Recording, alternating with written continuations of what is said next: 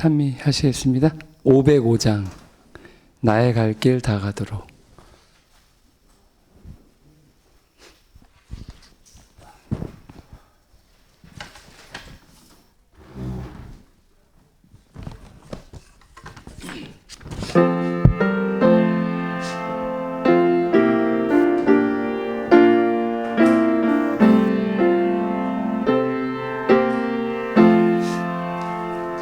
나의 갈 길 다 가도록 예수 인도하시니 내 주 안에 있는 긍휼 어찌 의심하리요. 믿음으로 사는 자는 하늘 위로 받겠네. 무슨 일을 만나든지 만사 형통하리라. 무슨 일을 만나든지 만사 형통하리라. 나의 갈 길 다 가도록 예수 인도하시니 모든 시련 당할 때에 족한 은혜 주시네. 나는 심히 피곤하고 영혼 매우 가라되 나의 앞에 반석에서 샘물 나게 하시네. 나의 앞에 반석에서 샘물 나게 하시네. 나의 갈 길 다 가도록 예수 인도하시니 그의 사랑 어찌 큰지 말로 할 수 없도다. 성령 감화 받은 영혼 하늘나라 갈 때에 영영토록 찬송 제목 예수 인도하셨네.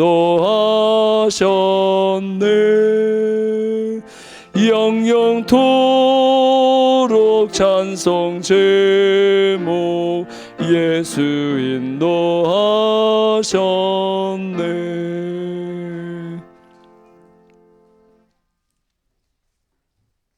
528장입니다.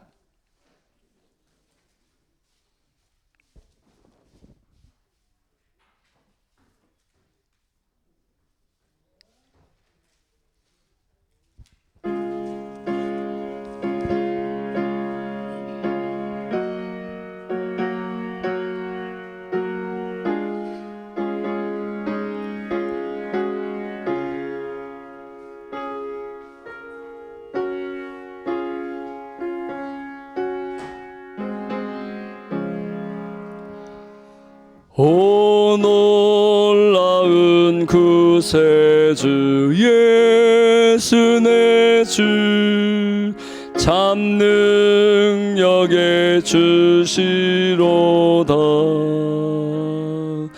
큰 바위 및 샘 솟는 그곳으로 내 영혼을 숨기시네. 메마른 땅을 종일 걸어가도 나 피곤함 몰랐으며 저 위험한 곳 내가 이를 때면 큰 바위 위에 숨기시고 주 손으로 덮으셨네. 4절입니다. 주 예수님 공중에 임하실 때 나 일어나 맞이하리. 천군 천사 구원을 노래하니 나 화답해 노래하리. 메마른 땅을 종일 걸어가도 나 피곤함 몰랐으며 저 위험한 곳 내가 이를 때면 큰 바위에 숨기시고 주 손으로 덮으셨네. 시간이 되었습니다. 다 함께 묵상하심으로 안식일 환영 예배를 시작하겠습니다.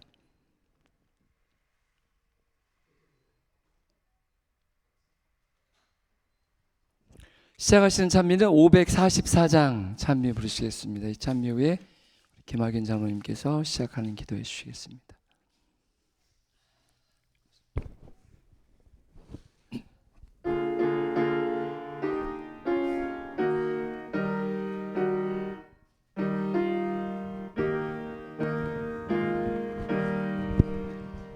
예수 따라가며 복음 순종하면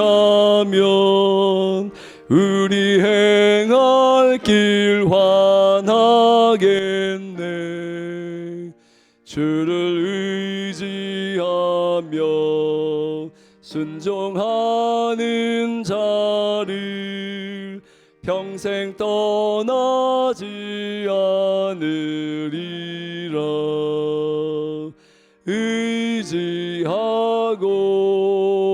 순종하는 길은 예수 안에 즐겁고 복된 길이로다.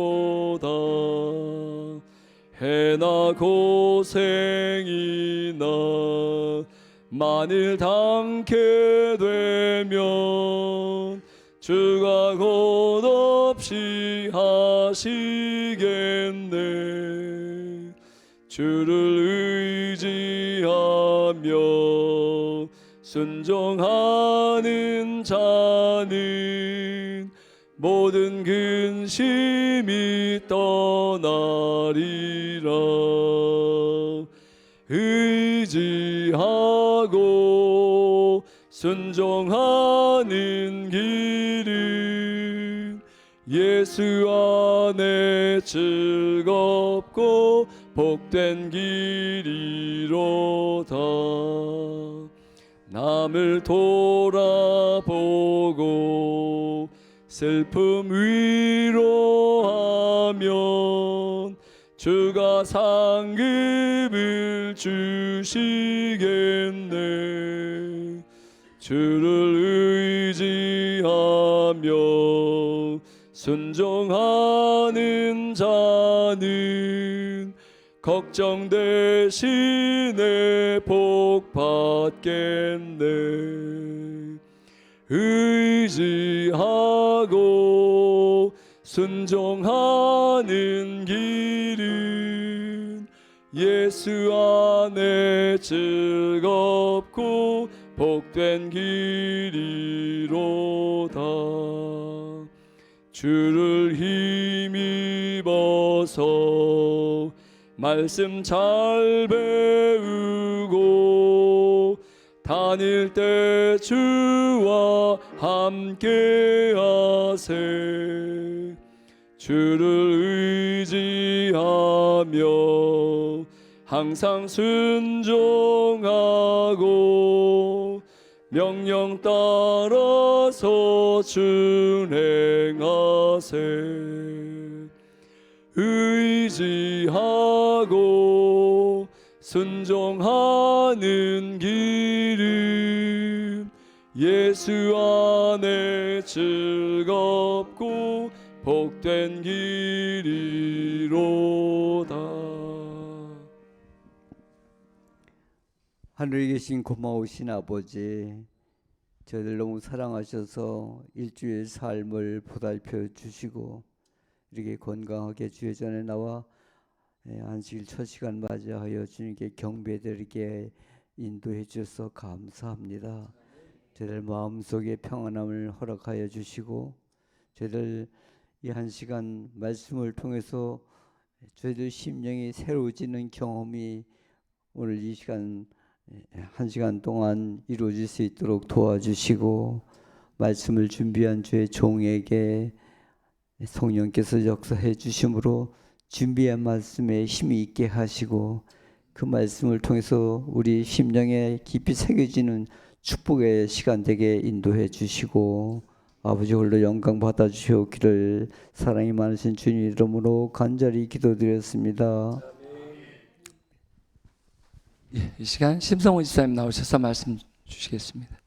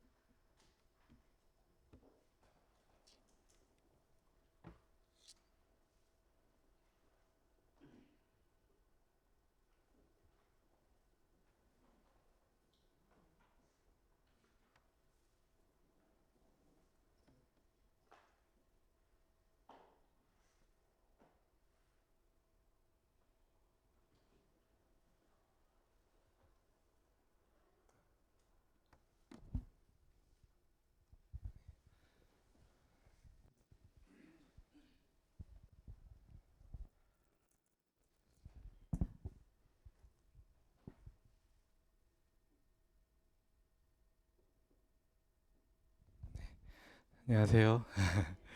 네, 벚꽃이 만발한 계절인 것 같습니다. 지금이 가장 절정인 것 같고 이번 주 비가 오면 어떻게 될지 모르겠습니다. 아무튼 오는 길에 정말 아름다운 벚꽃을 보면서 기분까지 화사해지고 행복한 안식일을 맞이하게 된 것 같습니다. 오늘은 씨름의 밤이라는 제목으로 함께 말씀을 나누도록 하겠습니다. 창세기 32장 24절의 말씀에 보면 야곱은 홀로 남았더니 어떤 사람이 날이 새도록 야곱과 씨름하다가, 이 얘기는 많은 성도님들이 잘 알고 계시는 약복강에서 야곱이 천사와 씨름하는 성경절입니다. 여러분 씨름 좋아하십니까? 저는 씨름을 생각보다 많이 좋아합니다. 그 이유는 어릴 적에 저희 부모님이 설날 추석 때 그 휴일에 씨름 장사 대회 하잖아요. 그걸 꼭 보셨어요. 처음에는 그냥 아무 생각 없이 보다가 초등학교 한 1, 2학년 정도 돼서 보니까 그 당시 이만기, 이봉걸, 강호동 이런 대스타들이 나오면서 씨름이 굉장히 흥미진진하고 아마 그때가 가장 전성기였던 것 같습니다. 어릴 적 저도 그 씨름을 보면서 좀 내리에 많이 각인이 돼서 그런가 거기서 봤던 기술 같은 걸 저도 모르게 이렇게 조금씩 습득을 했어요. 동네에서 친구들과 씨름을 하면 항상 1등을 했었습니다. 그러면서 중고등학교 가게 되면서 자연스럽게 체육대회 할 때 그 당시는 씨름이 있었어요. 그래서 반 대표로 항상 이렇게 씨름에 나갔었는데, 이 씨름은 한반도에서 예전부터 있었던 민속놀이자 스포츠인데요. 어원은 중세 한국어 어휘 실홈으로 논쟁하다, 다투다의 뜻을 지닌 어휘라고 합니다. 이 어휘는 방언에 아직도 시루다의 형태로 남아 있고요. 택견에 이어 2017년 1월 4일 무형문화재 131호로 채택되었고, 해외에서는 벨트 레슬링이라고도 분류가 된다고 합니다. 이렇게 제가 씨름을 좋아하다가 가장 기억에 남는 에피소드가 한 가지 있습니다. 고등학교 2학년 때 씨름 대회를 나갔는데 이때 이제 결승까지 제가 올라갔어요. 근데 그 준결승을 이제 보러 갔는데 저의 상대를 보려고 옆반에 저보다 훨씬 키가 크고 등치가 정말 좋은 친구가 있습니다. 유도 선수였어요. 그래가지고 그 친구가 고3 선배와 이제 준결승에서 붙었는데 유도 기술로 정말 멋있게 이렇게 한판지기로 확 넘겨버렸어요. 키 큰 사람을. 너무 멋있게 이겨가지고 사람들이 다 깜짝 놀랐죠. 근데 중요한 게 그 사람과 저희가 결승에 붙게 되었습니다. 모두가 저희 반 친구들은 아무도 기대를 하지 않고 저 또한 낙심이 됐습니다. 그 친구가 내가 결승에 붙다니. 그래서 이제 가만히 시간이 남아서 생각해 보니까 갑자기 그 친구가 저를 굉장히 우습게 볼 것 같은 거예요. 그리고 가만히 보니까 아까 그 멋있게 넘어뜨렸던 그 기술을 보니까 한 손을 꼭 빼서 뒤에 삿발을 잡고 이렇게 넘겼어요. 뒤로 멋있게 뒤쪽으로. 굉장히 자기보다 키 큰 선배도 넘겼던 그 친구이기 때문에 분명히 그 친구가 저를 희생 제물로 마지막 멋있게 피나레를 장식할 것을 예상했습니다. 그래서 전략을 짰습니다. 분명히 하다가 손을 하나 또 뺄 건데 한 손일 땐 약합니다. 씨름은. 그때 나의 모든 힘을 다 집중하리라. 이렇게 전략을 짜고 딱 이제 시작하겠습니다. 사람들이 다 웃고 이제 결승에서 모래판에 딱 오는데 그 친구가 웃으면서 저를 봐요. 그래서 딱 안고 잡았는데 얼마나 그 허벅지가 큰지. 네. 야, 이거 뭐 내가 넘기겠네 하다가 이제 이렇게 힘을 주고 이제 하다가 역시 조금 지나니까 금세도 손을 빼서 제 뒤로 오는 겁니다. 그때 제가 온 힘을 다해서 중심을 낮게 잡으면서 그 친구의 힘을 반작용을 해서 뒤로 넘겨버렸습니다. 그래서 갑자기 모든 사람들이 침묵 한 몇 초 정도 정적이 있었어요. 네. 그러다가 저희 반 친구들 다 튀어나와서 저를 막 안아주고 이제 인생에서 유일하게 환영받았던 강하게 영웅이 됐던 순간이었습니다. 이렇게 저한테는 좋은 추억의 단어, 씨름이라는 단어가 있지만 사실은 오늘 주인공 야곱에게는 굉장히 힘든 시간이었습니다. 야곱은 그의 잘못으로 라반 삼촌 집에서 20년 넘는 시간을 보내다가 드디어 가나안으로 오는 그 길을 택하게 되었습니다. 하나님의 명령으로.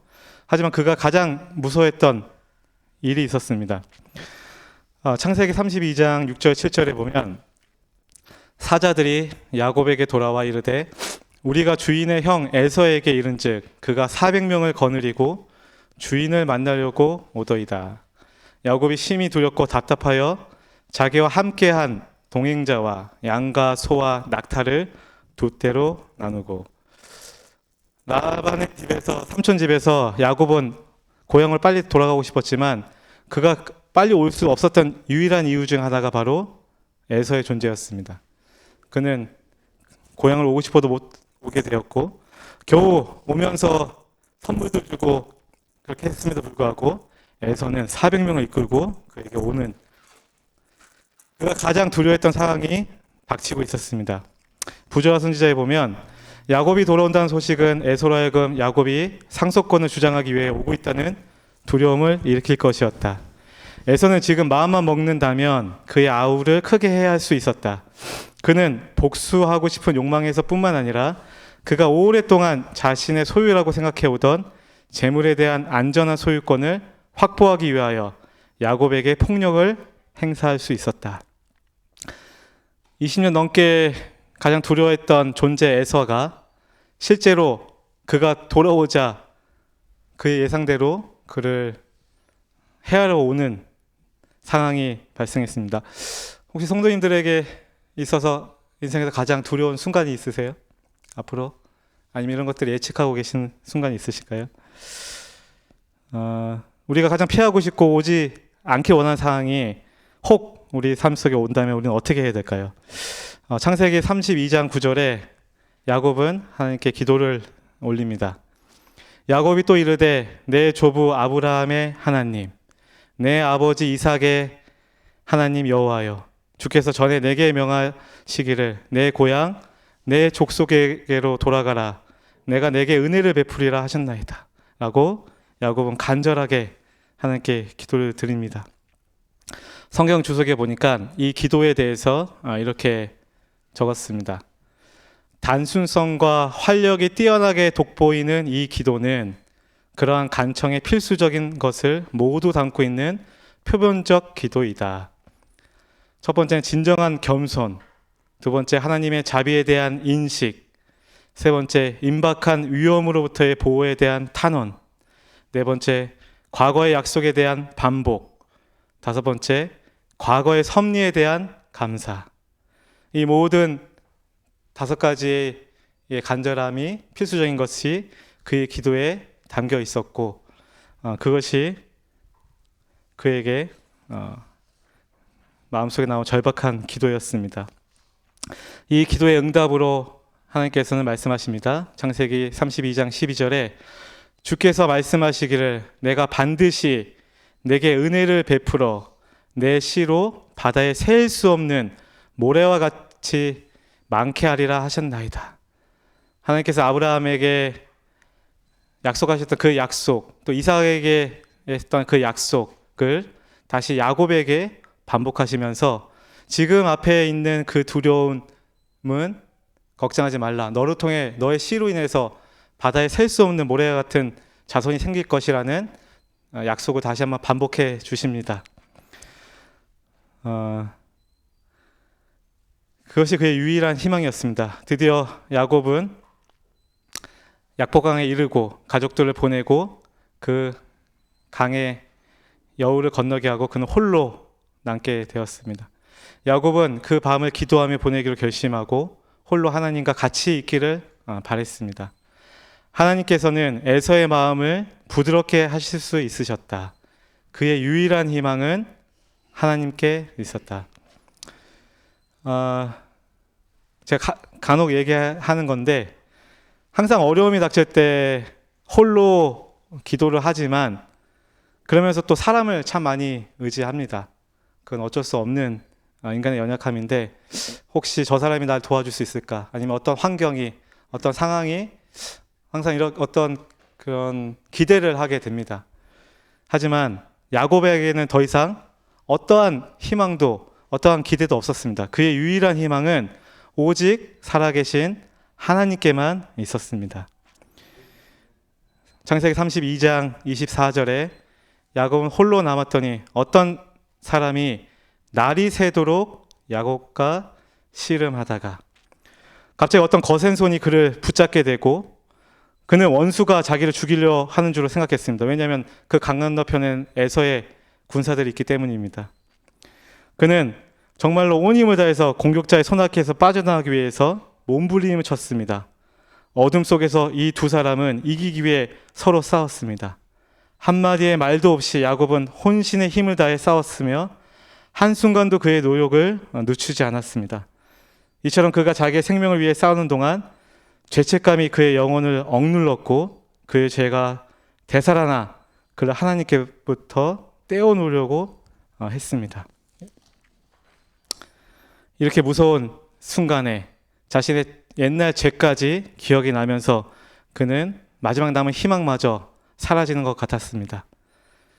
하지만 야곱은 믿음의 조상답게 그러나 그는 무서운 궁지에 빠져 있었지만은 하나님의 약속을 기억하고 전심으로 하나님의 자비를 간청하였다.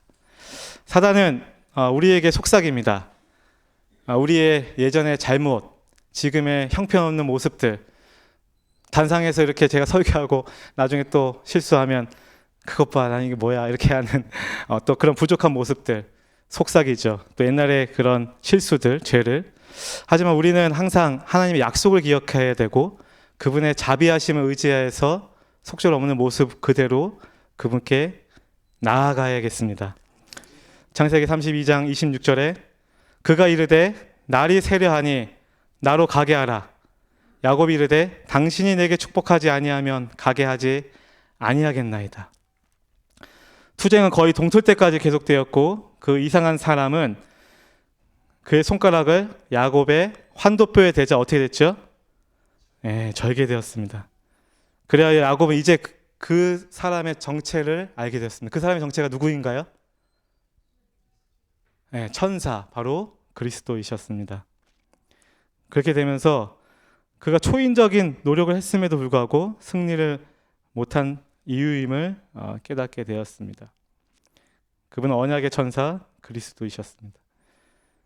야곱은 이제 불구가 되어 격심한 고통을 느꼈으나 그가 잡고 있는 것을 놓으려 하지 않았습니다. 어떨 때는 마음도 힘든데 몸이 아플 때도 있어요. 이 두 가지가 닿을 때 사람은 거의 이제 낙심하게 되는데, 야곱은 이렇게 밤새도록 기진맥진 싸움 속에서 그의 죄책감과 마음의 무거운 짐 속에서 그 육체적인 고통까지 더하게 되었을 때였지만 포기하지 않고 그가 잡고 있는 것을 끝까지 놓지 아니하고 아까 창세기 32장 6절에 있는 말을 하게 됩니다. 그것은 이런 심령으로 말했습니다. 온전히 통회하고 상한 심령으로 그는 천사에게 매달렸다. 그는 축복을 탄원하면서 울며 그에게 간구하였다.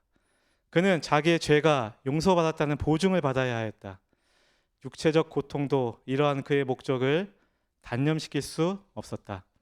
그의 결심은 점점 강하여지고 그의 신앙은 더욱더 열렬해져서 마지막 순간까지 참고 견디었다. 그는 간절함과 또 인내로서 정말로 그분을 잡았습니다. 그러자 천사가 그에게 빠져나가려고 애를 쓰며 말했습니다. 날이 새려하니 나로 가게 하라. 재촉했습니다. 사실 이 구절을 읽으면 말이 됩니까? 환도뼈를 손가락 환도뼈에 대자마자 끊어지게 하고, 그분은 사실 예수님이십니다.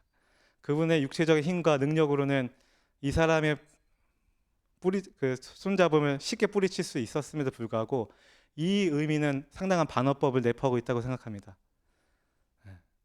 이제 이 구절 읽으면서 사실 굉장히 감동을 받아서 이 설교를 준비하게 되는데요. 괴로움 속에 있을 때 그분이 이 땅에 오셔서 같이 씨름해 주시고 그 죄를 같이 해결해 주시려는 그 놀라운 사랑이 참 너무나 감사했습니다. 이건 이따가 또 말씀을 드릴 건데요. 그래서 야곱은 그 씨름에서 승리하게 되었습니다. 야곱은 천사와 힘을 겨루어 이겼다. 이 죄 많고 잘못이 많은 인간이 겸손과 회개와 자기 포기를 통해서 하늘의 임금과 겨루어 이겼다. 그는 하나님의 약속들을 떨리는 손으로 붙잡았으며 사랑이 무한하신 분께서는 이 죄인의 호소를 물리칠 수 없으셨다. 제가 그 등치 큰 친구를 이긴 건 사실은 운이 좋았습니다. 하지만 야곱은 예수님, 누구도 아무도 이길 수 없는 그 놀라우신 분을 이겼다는 의미는 진정한 겸손과 회개와 자기 포기를 통해서 하늘의 임금을 이겼다고 말씀에 나와 있습니다. 우리가 진정으로 그분과 동행하고 그분과 하나 되기 위해서는 야곱의 이런 간절함과 절박함을, 우리 죄를 그분 앞에 내려놓고 한 번에 읊조림을 끝나는 것이 아니라 용서받고 그분 안에서 진정한 마음의 평안을 얻을 때까지 간절한 기도의 씨름을 해야겠습니다. 여기서 이제 야곱의 환란이 나오게 됩니다. 에스겔서인가요? 거기에 또 이제 반복되는데, 이 야곱의 환란은 이 씨름하고 겪었던 그 놀라운 힘들었던 밤의 경험은 예수님께서 재림하기 직전에 하나님의 백성들이 겪어야 할 시련을 나타낸다고 합니다. 예레미야는 거룩한 이상 가운데 이때를 내려다보고 이렇게 말했습니다. 우리가 떨리는 소리를 들으니 두려움이요 평안함이 아니로다. 그 얼굴 빛이 창백하여 보임은 어찌미뇨. 슬프다 그날이여 비할 데 없이 크니 이는 야곱의 환난 때가 됨이로다. 많은 그가 이에서 구하여 냄을 얻으리로다. 예레미야에서 우리에게 이제 우리가 어렸을 때부터 이 설교를 들어가지고 야곱의 환난 굉장히 무서워했어요. 근데 점점 커가면서 야곱의 환난에 대해 여전히 두려운 마음은 있지만 그게 어떤 의미도 조금씩 깨닫고 있습니다. 야곱이 자신의 힘으로 싸우려서 얻으려고 했던 것을 놓쳤던 것은, 다시 얻게 된 것은 자기 자신을 하나님께 내맡기는 신뢰하는 신앙으로 말미암았다고 말씀에 나와 있습니다. 이 일을 통해 하나님께서는 당신의 은혜와 능력만이 야곱이 갈망하던 축복을 그에게 가져다 줄 수 있다는 사실을 가르쳐 주셨습니다. 말세에 사는 사람들에게도 이와 같을 것이다. 위험이 그들을 둘러싸고 절망이 영혼을 억압할 때 그들은 오직 속죄의 공로만을 의지해야 된다. 그래서 우리는 우리 스스로 아무것도 할 수 없다. 무력하고 무가치한 우리는 십자가에 못 박히시고 부활하신 구주의 공로를 의지해야 한다.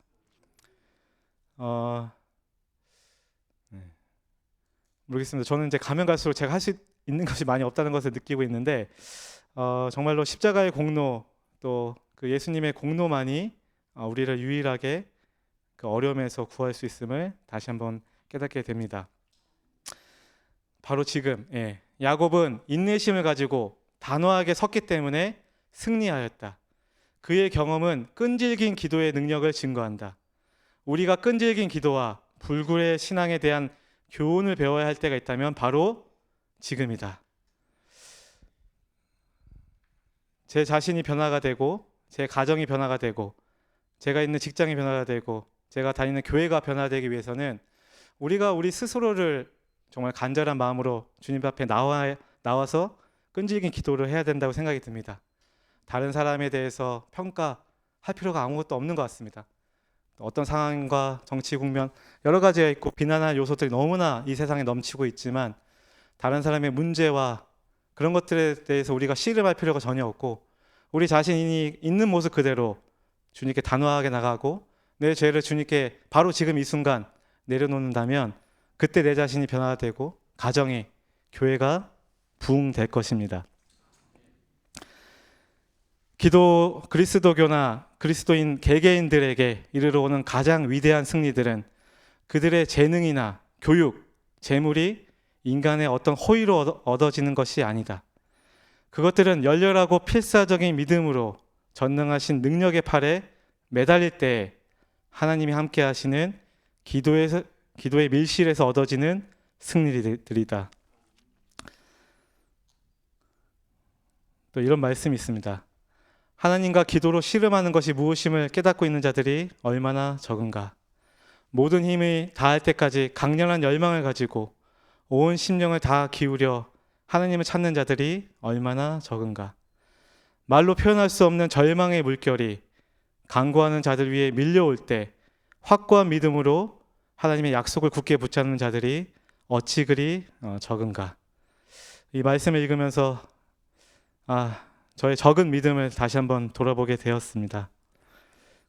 저도 단호하게 또 하나님께 정말로 간절하게 나아가고 싶다는 다짐을 하게 되었습니다. 죄송합니다. 이렇게 아마 각시대 대증투 있는 말씀 같은데, 오늘날 믿음을 조금밖에 활용하지 않는 자들은 사단의 기만적 권세와 양심을 억압하는 법령에 굴복될 위험이 가장 크다. 비록 그들이 그 시련을 견디어낼지라도 그들은 환난 때에 더욱 심한 난관과 고통 속에 빠지게 될 것이다. 왜냐하면 그들은 평소에 하나님을 신뢰하는 습관을 기르지 아니하였기 때문이다. 그들은 그들이 등한히 한 믿음의 교훈을 무서운 절망 가운데서 배우지 않으면 안 될 것이다. 그래서 우리가 평소에 하나님을 신뢰하고 하나님을 의지하는 믿음으로 우리 문제들을 해결하고 그분께 맡김으로 그분이 실제로 그 일을 해결해 주시는 것을 경험할 때, 그때 정말 진정한 신뢰와 믿음이 생기고 그 어려운 마지막 순간이 왔을 때 우리가 그 시련을 견딜 수 있다고 말씀하셨습니다. 오늘 그 씨름의 밤이란 주제를 하면서 두 가지 생각했습니다. 첫 번째는 이 야곱의 환난에 대해서, 두 번째는 하나님의 사랑에 대해서 나누려고 하는데요. 이번에는 하나님의 사랑에 대해서 잠깐 이야기하고 마치도록 하겠습니다. 저는 참 별을 보는 걸 좋아하고 달 보고 해 보고 이런 걸 좋아합니다. 근데 항상 정신없이 직장 생활하거나 여러 가지 상황 속에 있다가 가끔 이렇게 밤하늘을 보면 별을 보면 참 내 자신이 어떤 존재인지를 깨닫게 될 때가 참 많습니다. 제가 사는 고향 저희 집 앞에 조그만 초등학교가 있고 그 운동장에 나가면 정말로 하늘의 별이 잘 보였어요. 그래가지고 20대 때는 학교 갔다 오자 자전거 타고 터미널 갔다 오면 그 운동장 가로지르는데 그 쏟아질 것 같은 별들을 항상 겨울에 특히 많이 봤습니다. 그러면 들어가지 못하고 한참 보다가 들어가고 했는데 가끔 별똥별도 몇 번 보기도 하고 이렇게 별을 보면 하나님께서 얼마나 위대하신지 다시 한번 깨닫게 됩니다. 혹시 우주에서 가장 큰 별 뭔지 아십니까? 자, 여기 맨 끝에 점 같은 거 보이세요? 저게 뭘까요? 네, 저 태양입니다. 태양은 지구의 질이 몇 배 더 클까요? 한 몇 배 정도 클까요? 네, 109배. 네, 근데 여기 이제 두 번째, 세 번째입니다. 가장 큰 거. 부피로. 맨 끝에 있는 게 스티븐스 2-18번이고요. 그 앞에 있는 게 방패자리 UY라고 합니다. 근데 가장 큰 저 스티븐스는 지구에서 약 18,900광년 떨어진 곳이고요. 태양보다 100억 배 정도 부피가 크다고 합니다. 네, 100억 배. 태양이 지구의 109배 큰데 가장 큰 이 별 스티븐스는 100억 배가 더 부피가 크다고 합니다. 표면적은 태양의 460만 배에 달한다고 합니다. 상상이 안 갑니다. 이 지구도 사실 너무 넓어서 비행기 타고 몇 시간 가야 되는데 이보다 더 큰 태양 그리고 100억 배 이 우주의 크기는 얼마나 큰 것인가 그리고 상상할 수가 없습니다. 욥기 38장 31절 33절에 보면 내가 묘성을 묶을 수 있으며 삼성의 띠를 풀 수 있겠느냐 너는 별자리들을 때에 따라 이끌어낼 수 있으며 북두성과 그 속한 별들을 인도해 낼 수 있겠느냐 내가 하늘의 법들을 아느냐 그 법을 땅에 정할 수 있겠느냐 이렇게 큰 별자리와 행성을 만드시고 묶고 띠를 풀 수 있는 분은 또 별자리를 때에 따라 인도해 낼 수 있는 분은 바로 하나님이십니다. 제가 이 얘기를 왜 하냐면 이렇게 놀라우신 분이 그 약복강 그 밤에 정말로 사기꾼이고 가장 비참한 정말로 속절없는 한 죄인을 위해서 내려오셨다는 겁니다. 이렇게 위대하신 분이 내려오셔서 그의 죄 많은 자를 잡고 같이 그의 고민에 씨름해 주시면서 그를 위로해 주시고 용기를 주시고 그를 용서해 주셨다는 사실은 너무나 비할 데 없는 사랑에 감동을 받게 됩니다. 우리가 믿는 하나님이 얼마나 위대하신 분이시고 그분이 그렇게 위대하신 분이 우리의 작은 읍조림에 반응해 주시고 용서해 주신다는 사실은 가면 갈수록 또 생각하면 할수록 너무나 감사합니다. 가끔 제가 이렇게 떠올리는 성경절이 있어요. 일하다가 아니면 지나가다가 제가 좋아하는 성경절인데 시편 8편 4절에 사람이 무엇이기에 주께서 그를 생각하시며 인자가 무엇이기에 주께서 그를 돌보시나이까. 주석에 보니까 사람을 의미하는 히브리어 단어는 연약한 사람의 모습을 가리키는 히브리어 에노시이다. 사람이 밤하늘의 광활함과 신비함과 영광을 바라보며 무한한 공간과 수를 헤아릴 수 없는 천체들에 관해 깊이 생각하면 그는 우주에서 사람은 하찮은 하나의 작은 점에 불과하다는 느낌을 받을 수밖에 없다. 이런 사람이 무엇이간데 그가 우리를 사랑하시고 이 땅에 오셔서 우리를 위해서 돌아가셨는지 너무나 감사합니다. 요한일서 4장 9절에 보면 하나님의 사랑이 우리에게 이렇게 나타난 바 되었으니 하나님이 자기의 독생자를 세상에 보내심은 그로 말미암아 우리를 살리려 하심이라. 로마서 8장 39절에 높음이나 깊음이나 다른 어떤 피조물이라도 우리를 우리 주 그리스도 예수 안에 있는 하나님의 사랑에서 끊을 수 없으리라. 우리 삶에 우리 해결하지 못할 수많은 문제와 씨름의 밤들이 있을 수 있을지 모르겠습니다. 그리고 앞으로 기후 변화 아니면 여러 가지 어려움들이 우리 앞에 놓여 있는지 모르겠습니다. 하지만 그 어떤 어려움과 힘듦과 모든 것도 그분의 사랑에서 우리를 끊을 수 없다는 것을 저희가 믿기를 바라겠습니다. 말씀을 마치겠습니다. 네, 기도하겠습니다.